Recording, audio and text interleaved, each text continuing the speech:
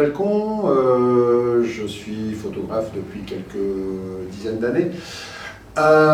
J'ai commencé assez jeune et surtout sur de la photo de concert dans les années, fin des années 70, plutôt des années 80-90 et surtout photographier le jazz et le blues que je continue à faire toujours. La photographie, comment dirais-je, m'a emmené à réaliser pas mal de reportages aussi, surtout sur la vie brestoise. J'ai énormément photographié, j'ai été pendant 30 ans pratiquement photographe de la foire aux croûtes. Donc on a sorti un bouquin il y a 2 ans, foire aux croûtes, imminente fête, comment dirais-je, brestoise, qui valorise en fin de compte la peinture et la musique. J'ai eu quelques publications dans des bouquins, voilà, des revues de rock and folk par exemple, pour ne pas citer d'autres.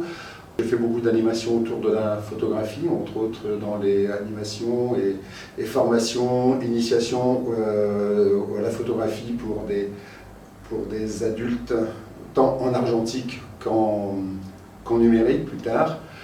Je continue aussi toujours à pratiquer et à chercher des pistes de travail, des travaux, surtout je fais pas mal de paysages. Il y a tout un travail que je fais actuellement depuis à peu près une dizaine d'années sur la baie d'Audierne, voilà, que j'aime beaucoup. C'est mon terrain de chasse photographique de prédilection. Donc sur cette expo-là, il y a pas mal de photos qui ont été prises dans cet endroit-là, sur la plage de Trenowen entre autres, et que j'apprécie énormément.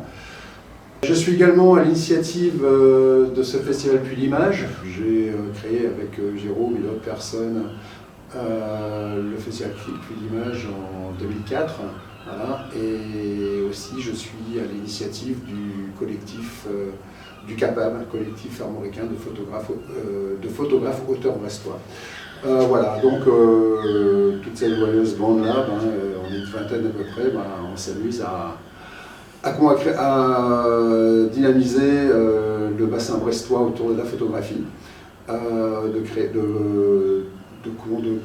d'avoir créé ce festival-là, mais aussi un sacré engouement au niveau des pratiques amateurs. La série que je propose là, Effacement, est un travail sur le mouvement et le flou, que j'utilise cette technique-là depuis déjà plusieurs années. Et j'ai quand même depuis 2-3 ans, un peu plus 4 ans même, suite à la maladie de mon père qui était malade d'Alzheimer, j'ai voulu un petit peu, comment dirais-je, transposer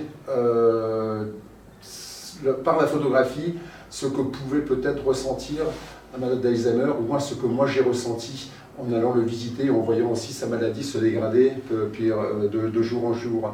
Donc c'est un peu ces paysages, ces visages qui s'effacent au fur et à mesure que la maladie avance, pour arriver pratiquement dans un néant, dans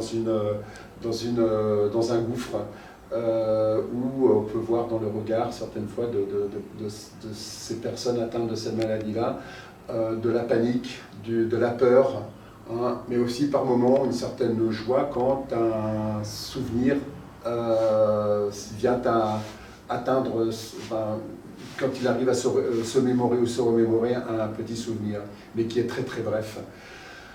Donc c'est un peu une métaphore de ça, de ce temps qui s'efface avec l'âge, avec la maladie, et on ne reconnaît pas les choses, ce sont des lignes, des couleurs, des formes, on ne sait pas ce que c'est, on peut imaginer ce que ça peut être, on peut créer tout un monde autour de ces images-là, et de ce que moi je pensais, ou je pense peut-être que la personne peut avoir dans son champ visuel. Qu'est-ce que c'est? Où est-ce que je vais? C'est quoi ces trucs-là? Qui c'est qui cause avec moi l'oubli, la disparition, l'effacement de sa vie, de ses souvenirs.